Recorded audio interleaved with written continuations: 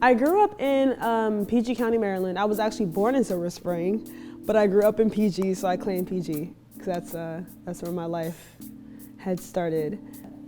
Been drawing since 2nd grade. Got into clay work when I was in 8th grade. Went to the field school in DC, which is a private school. Which also taught me a lot. It taught me, going to the field taught me a lot about race early. Well, I learned about race when I was in like pre-K. I learned about the difference between how I was as a black woman compared to another white woman. I remember when I was younger, and I had a best friend, her name was Charlotte. White girl, blonde hair, blue eyes, straight hair. All the guys that I liked in kindergarten always liked her. And I remember like trying to color my skin white with a white crayon because I wanted to be white. My mom like literally had to tell me like, Murjoni, like you're beautiful the way you are, like you're fine. And even down to hair textures and how I always knew that my hair was different, but I wanted my hair to be like something else.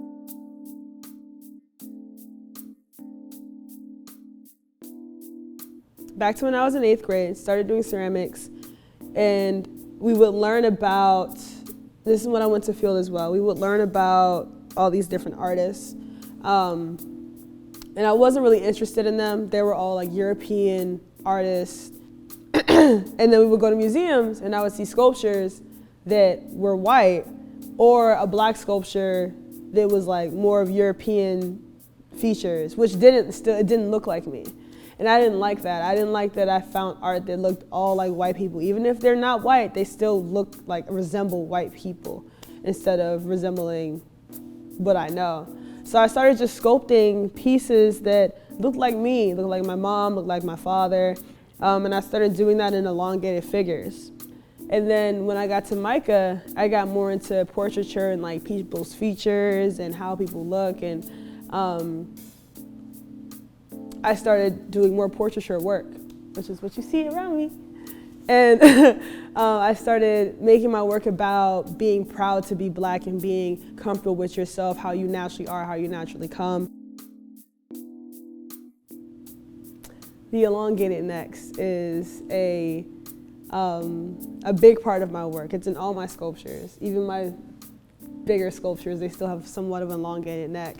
And that goes into being proud and standing tall. And I wanted it to resemble monumental pieces. And for me, sculpture is, if you're a sculptor, you live forever.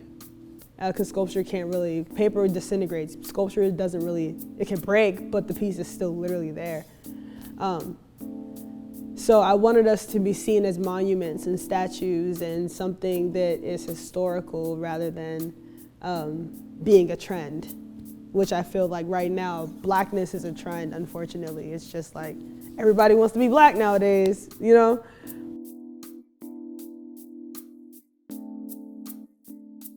So clay, first of all, clay for me is something, this is like such a spiritual answer, but clay for me is something that comes from the ground. It comes from the ground and you can make, it's so soft and so nice.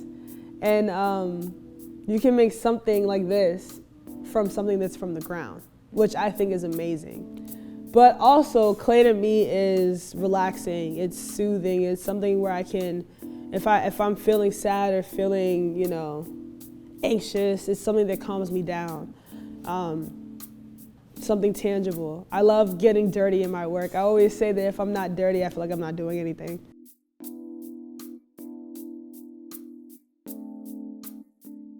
My work is about self-love of black people and us being comfortable with ourselves. However you see yourself, that's who you are.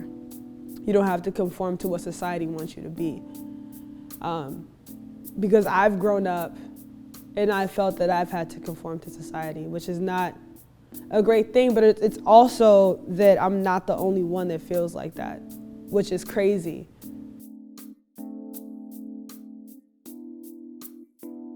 I think the greatest compliments that I get is when someone says, this looks like somebody I know, or this looks like my cousin, this looks like my mom. I love that because I want my work to be relatable.